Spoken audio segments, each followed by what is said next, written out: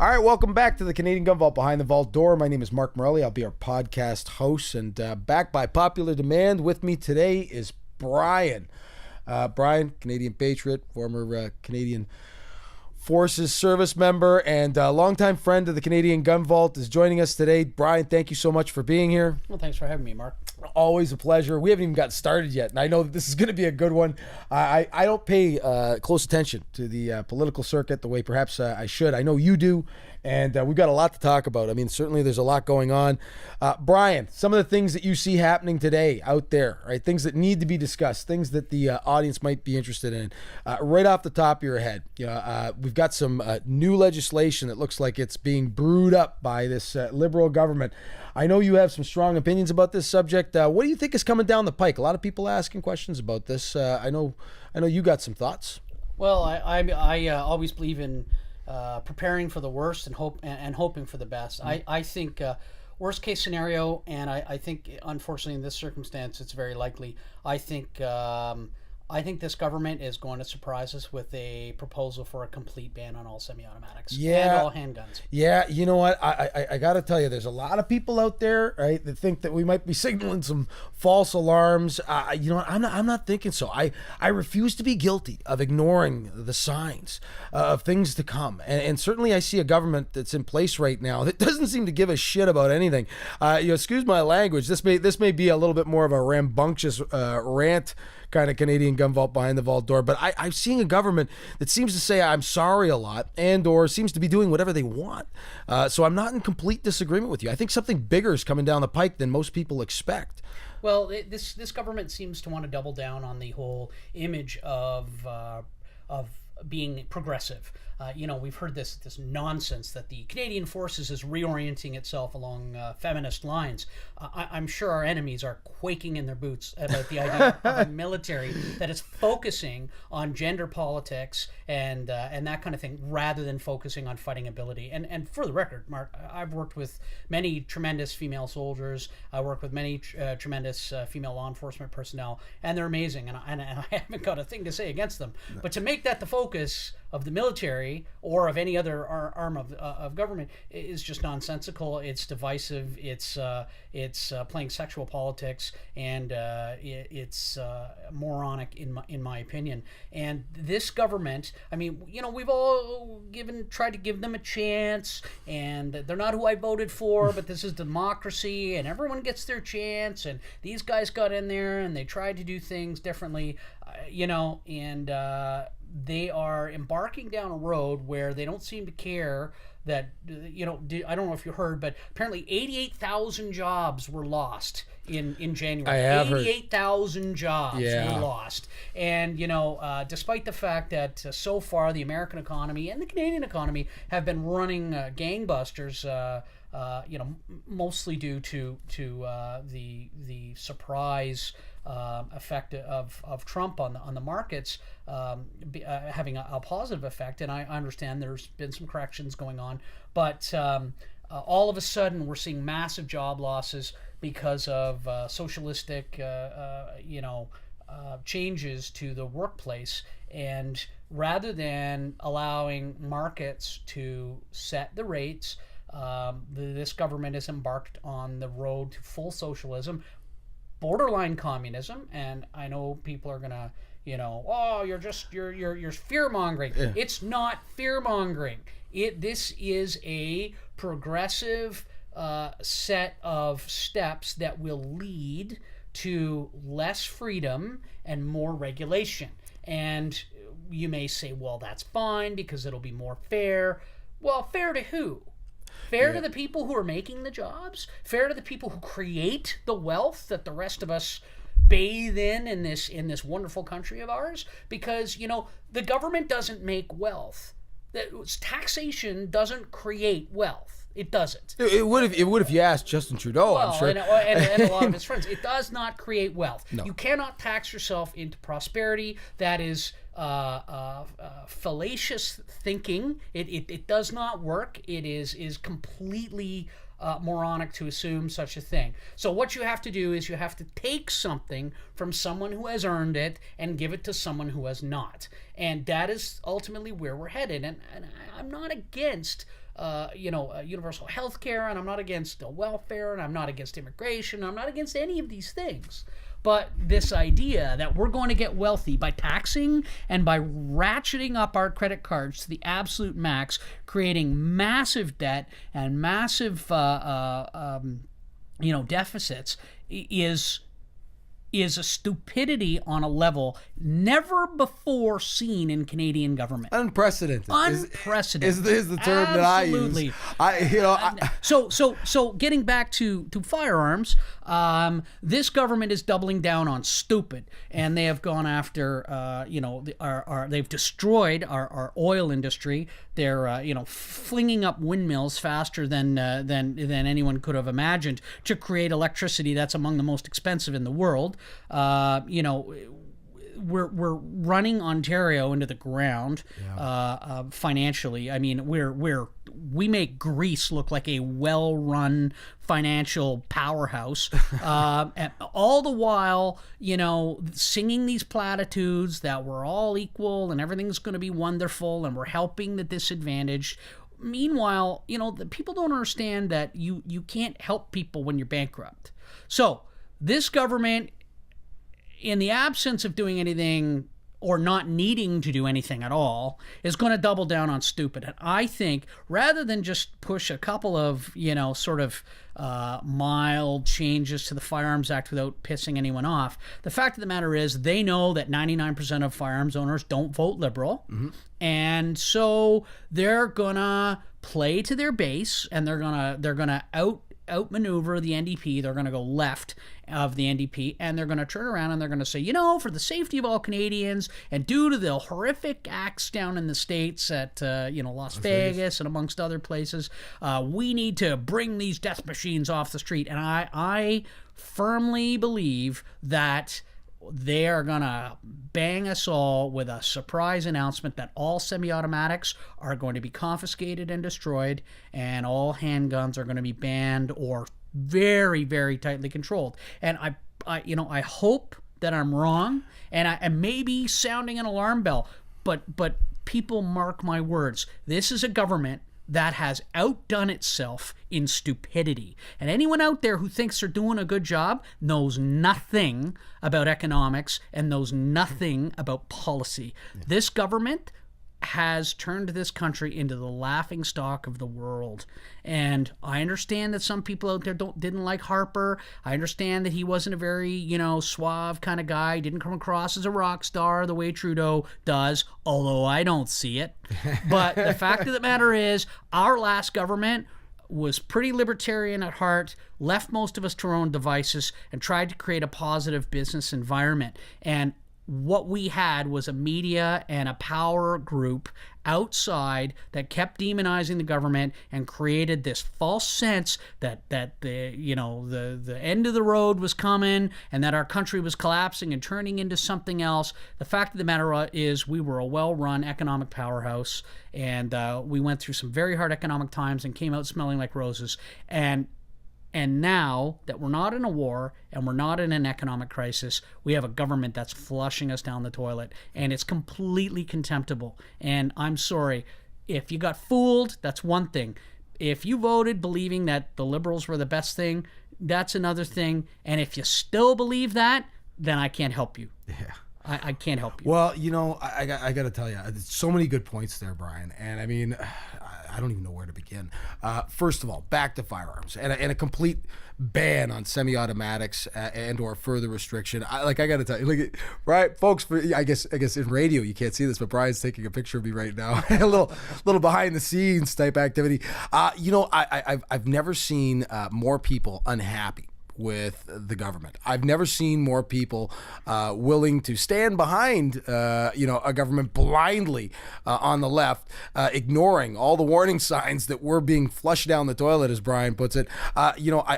I got to take Brian seriously. I know you keep very up to speed on these things. I want to believe that there's not going to be a blanket ban on semi-automatics. But then again, you know what? I survived the mid-90s, and I saw what they did. And nobody saw it coming. I remember people saying to me, there's no way they'll ban AK-47s. There's no way, right, that they're going to take AR-15s and push them into the restricted class of firearms. There are guns that were out there, folks, that were non-restricted, that were used for decades, and nobody ever used them in any kind of crimes here in Canada. Great guns like the FN, FAL, you know, and to watch them prohibit these items and restrict their movement and or ban them outright altogether and to take them away from people without compensation was unheard of, and certainly was something that people didn't believe could happen, but it did. So I'm with you. I got to tell you, I want to believe that they won't do it, but then again, I've seen them do things like this in the past, and I know that this generation, this internet savvy generation, hasn't been really introduced yet to that kind of abuse of power, if you want to put it that way, and certainly that's the way I see it. I mean, they are undergoing the abuse of power. They just don't know what's happening, and it's very insidious. And you know, 5 or 6 years ago, I along with most of you out there listening, had a good laugh at the expense of the tinfoil hat wearing conspiracy theorists. But I think if you take away this whole idea that there are dark and murky organizations that are trying to, run all our lives, and instead consider this: there are dark and murky organizations out there trying to run all our lives. And it's obvious. If you can't see it, look at George Soros, look at Tides, look at Avaz, look at the Open Societies Foundations. Billions, tens, hundreds of billions of dollars being poured into circumstances that influence elections. You talk about Russian collusion in the American election. Give me a break. Let's talk about American collusion in the Canadian election. The Obamas and the Clintons involving themselves in our elections to get Stephen Harper thrown out, and creating all kinds of, I mean, this was a close election. People wouldn't consider that, but it was a pretty close election. And for those of you that are listening, we have a little feline freight train just went on by the name of Charlie. We have about a 5-pound cat that moves like a lightning bolt that occasionally runs on by. It's the polar opposite of my Chloe, which is a 25-pound hippopotamus cat. But listening to you speak, I got to tell you, I've gotten a few ideas in my head that I wanted to run past you. Certainly spending time with you, Brian, enlightens me. I read a lot of things. I listen to a lot of things that I might not ordinarily pay close attention to. I know you brought Dr. Jordan Peterson to my attention. I've watched some of his videos. I've listened to the man speak. He's brilliant and certainly breaks it down in a way that's digestible for people. I think to have the ability to understand perhaps what's happening out there in the world of politics here in Canada, and to know that somebody that close to home, Toronto-based, Jordan Peterson. I understand that he was a professor, and listening to him speak has certainly been exciting for me to hear somebody kind of break it down in a way that even I understand. I don't profess to be the most politically savvy guy on the planet. I love guns. I love the firearm community. I've had to pay closer attention to these things, but listening to that man speak has really kind of brought to my attention some of the things that are really going on, and again, the tinfoil hat theorists. You don't want to believe that there's anything to it, and certainly, 99.9% of the time, I'm sure that a lot of the theorists are way off base. But that 0.01% of the time they might be right. It might blow you away. But there's a lot of things going on that seem to be pretty obvious to me that are happening in this country that perhaps shouldn't be. Well, the fact of the matter is, someone's always going to rule over us, whether we like it or not. There are the powerful. There are those men and women who live for power, and that's not to say they necessarily want to come into our homes and tell us how to live our daily lives in our homes. Although I would say that on the left side of the spectrum, that is becoming more prevalent. They're certainly trying to tell us how to think, but there are people on both sides of the political spectrum that want to be in power because that's where the money is. And when you control the purse strings, I mean, there is no more money, it's credit. That's all that's left. So we have access to credit, and while they rifle through the treasury and play on the mountains of money, or dance around on the columns of minuses that we call our national budget, they live the high life, travel around the world, stay in 5-star hotels, and hobnob with billionaires, rock stars, and political, famous people. And that there is that side to it, whether it's left or right. There are people on both sides, and if we don't like the way that is, there's a couple of things I want to say, Mark, you and I have discussed here that I want to get out there, and I want people to understand. First of all, rather than getting on social media and ranting, like, let's be smarter than that. We all know people that get out there on both sides of the spectrum and they rant and they carry on. They make threats. And this strikes me as people who are more used to playing Call of Duty than actually going out and doing anything. Yes. So, and I've experienced that because I play Call of Duty. And I hear the threats and the tough talk, and it's like, shut up. Yeah. Shut up. Yeah. You're nobody. Okay? So don't think you're going to get tough. You're going to get on the internet and you're going to start threatening political people, and nothing's going to happen.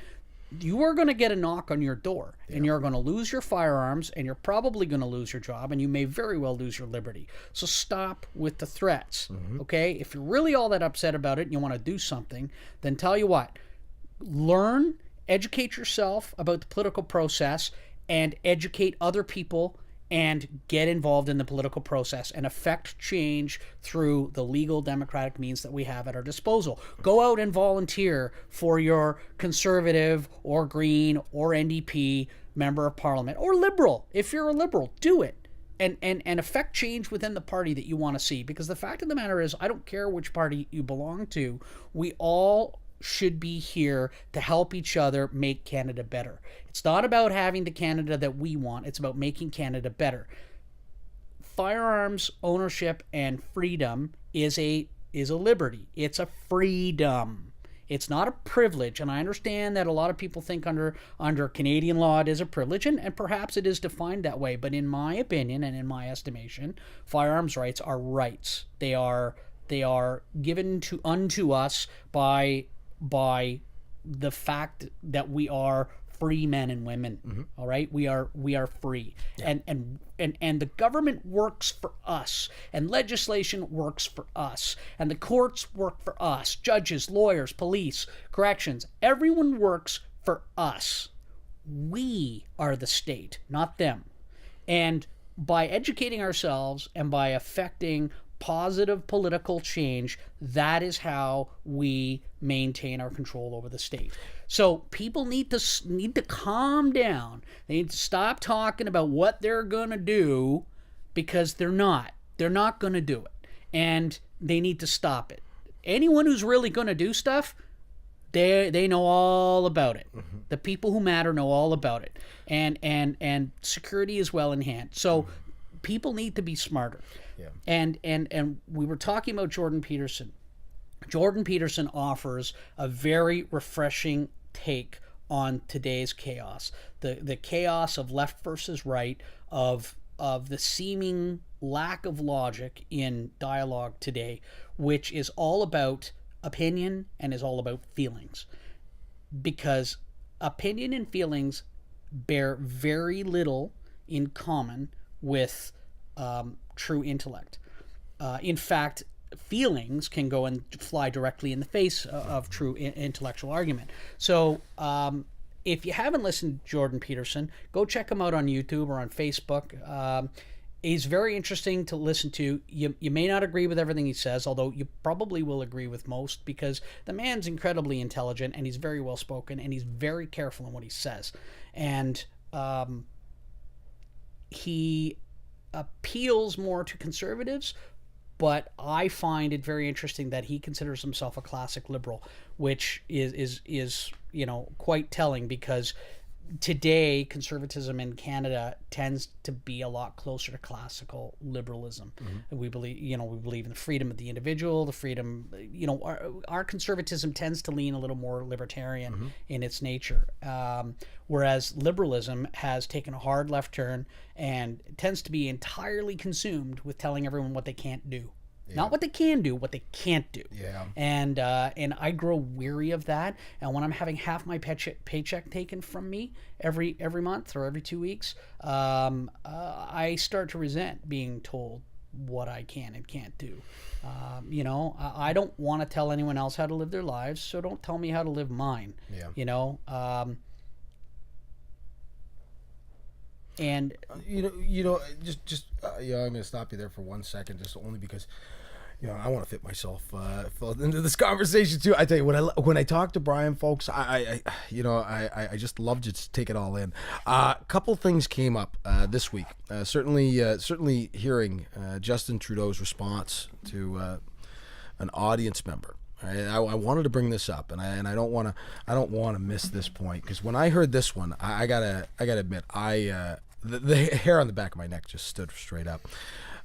Hearing an injured veteran, asking the question, what's going on? Why is this government, the government that promised that it would not be fighting with Canadian combat veterans over benefits? Why is this government, giving its veterans and the people that have given so much a hard time in the court of law?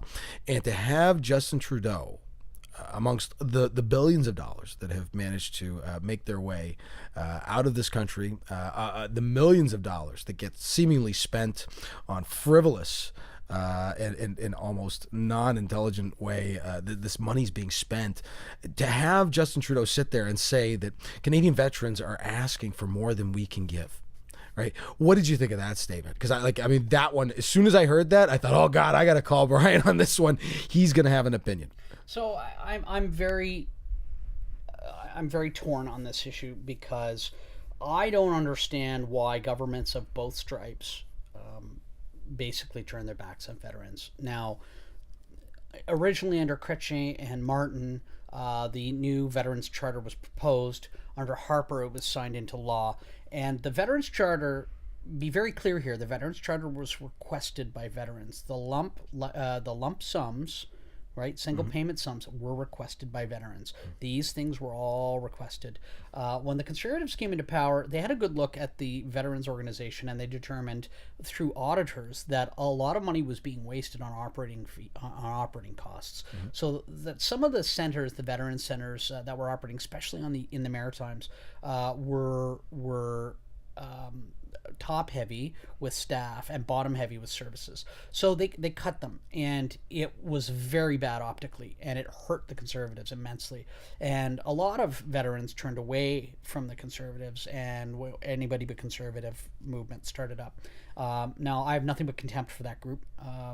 They sold themselves out. They were funded by socialist unions like borderline Bolsheviks, and I have a lot of hostility for that.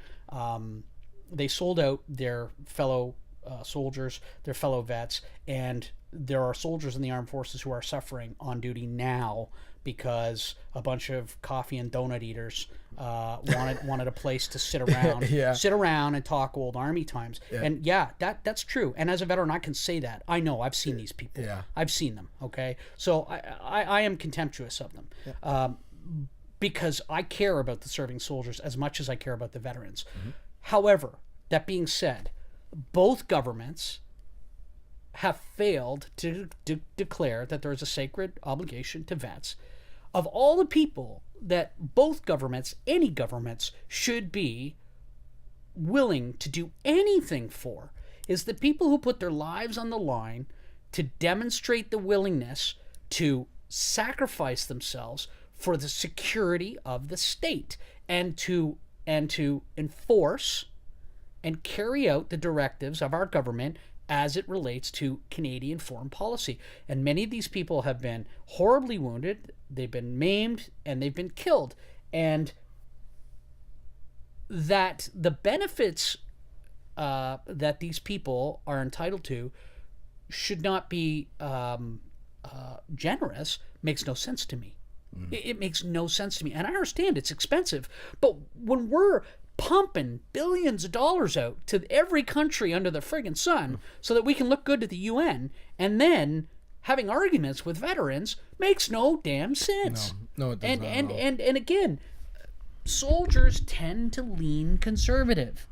And for the conservatives to have failed to simply say, we love our vets, and our people at the time, our people are fighting, and we're going to look after them. And they're coming back horrifically injured, and they're coming back with stress injuries, and there's all kinds of nonsense going on. We're going to look after them. And it's going to solve a bunch of the problems that we have with homeless people and with mental illness and all kinds of things. I don't understand it. That being said, to be fair, I'm not in Veterans Affairs, and I'm not in the government. So I don't know what the motivation is not to placate that particular group of people. I really don't get it. But both governments chose to go that route. The optics weren't good for the Conservatives, but ultimately the Conservatives did a lot of good for the forces. And and I've had many arguments with Liberal friends about this, but when it comes down to it, we got new tanks, we got new ships, we got new planes, we got new artillery, we got benefits packages for people serving overseas, we got tax relief. There were lots of things that were looked after under the Conservatives. It's been nothing but cuts under the Liberals, and a talk to returning to Blue Beret peacekeeping, which is insane and demonstrates a complete lack of military and foreign policy knowledge on the part of this government. But again, I we could rant all day about how out of touch this government is with the true state of affairs around the world, and I don't think we even scratched the surface. Well, no, I don't think we would, and certainly, I've never paid closer attention to politics than I have recently. I've got to admit, I've been surrounded by politics my whole life. I tried to avoid it, for the better part of my adult life. But I'm paying closer attention to it now. Not as much as I'd like to, and certainly not as much as perhaps I should. But I would encourage everybody to pay close attention to the parliamentary sessions. I'm seeing things, and I've said this before in our podcast, and certainly I've talked about it a number of times on the page. To watch what goes on in Parliament, to actually get involved in the process, as you said, to call your member of Parliament, to write your member of Parliament, to insist, on getting directly involved in the process by volunteering, for whatever party you should subscribe to. It's really important that people do more.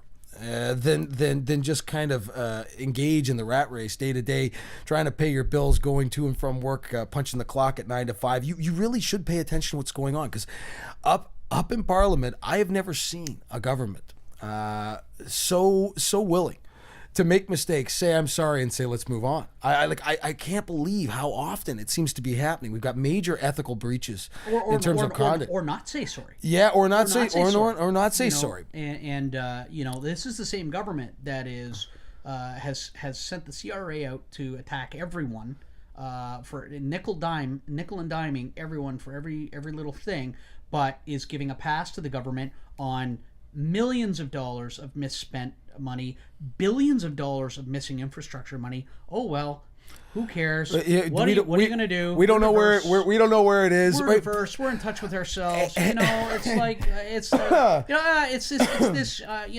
Shoulders up in the air. What are you going to do? It's laughable. I love listening to Justin Trudeau stand up and say, "I said I was sorry." I don't like listening to him. I don't like listening to him. But I gotta admit though, I love how often I've seen this government stand up and, as you say, shrug their shoulders and to just sit there and say, we're sorry, we don't know how this could have happened. Yes, I broke the law. The Aga Khan trip, the infamous Aga Khan trip that inspired an investigation by the ethics commissioner that went on for a period of about a year and a half. The 23-time question, how many times have you met with the ethics commissioner, that was never really answered, and then to finally get a deliberation from the ethics commissioner indicating that the prime minister of this country had broken federal law in several instances on this trip, accepting All right, the ride, accepting favor from, like to have the entire Liberal Party stand up and vote down a motion to have Justin Trudeau pay back the money from this illegal trip. I mean, he was found guilty of ethical breaches of the highest order, and seemingly the most people. How could you not see that there's a problem with accepting anything from this man? They've done it. Right? They've broken the law, and they just shrug their shoulders and say, well, and to not pay back taxpayers' dollars that were spent breaking the law. I mean, it just seems to happen again and again and again with this government and its cabinet. Well, and this is why I propose to you that the level of arrogance of this government is such that it indicates that I don't think anything is outside their purview. And No. I do believe, even though we all sit here and we say, well, it makes no sense to ban semi-automatics in Canada because why would they come after us? There haven't been any problems. We've all been well behaved. The law seems to be working. And that's exactly my point. It's stupid and they're arrogant, and that's why they're going to do it. And you know what? Listen, I really hope I'm wrong. Yeah, I'm with you. I will sit here down the road after this law comes out if I'm wrong, and I will say, well, thank God I was wrong. Yeah. But I'm not sure I'm wrong. And so I want everyone to be ready about how bad it can get. We're headed down the road to Australian-style gun laws. You know what? Certainly, I'm in agreement with you on a lot of issues. I'm definitely going to echo your sentiments as it relates to being wrong. If you're wrong about that one. I mean, for the number of times that I've been accused of perhaps sounding alarm bells unnecessary, I'll tell you this. I'll be the first guy to admit that I'm wrong. I hope I'm wrong. If I'm wrong, great. It means I'm not going to have to survive another mid-90s style ban. I'm not going to have to live through somebody sending me an official letter from the RCMP saying that, you know what, I apologize. You're just going to have to turn in your private property without any compensation. And we're really sorry. There really isn't any good reason for it. We don't have any stats to back it up. There's nothing that suggests that we really should be doing this, but we're going to do it anyway for the greater good. I remember surviving that and thinking to myself, even as a young man in his early 20s, I remember thinking that was wrong, but there was nothing I could do about it. But I don't know if you heard Andrew Scheer's quote this week, but he said the election of 2019 will be between a more free Canada or a less free Canada. Yeah. And I do firmly agree with that. I think that's very well said. I'd like to make a quick point for all you people out there who have decided you want to get more political and you want to look into more things. Again, I'm just speaking my opinion. You may find yourself more liberal. You may find yourself more leftist. You may, whatever. All the power to you. I ask you to do one thing. Get your news from all over the place. If you only watch the CBC, if you only watch CTV, if you only watch Global, or if you only watch those three things, you're getting news from one source.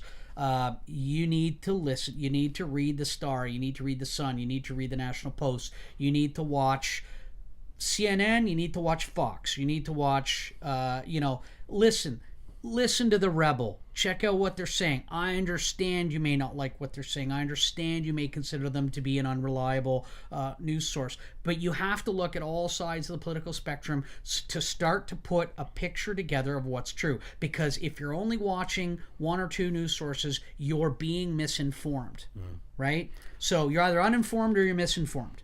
Be very, very aware of that, and check it all out, and think intelligently. As I said, check out Dr. Jordan Peterson. Have a listen to what he says. He will open your mind to a new way of looking at things. And you don't have to believe everything he says. But if he changes the way you look at life, and if he changes the way you look at thought, it'll be well worth your journey. It's very, very interesting. Excellent.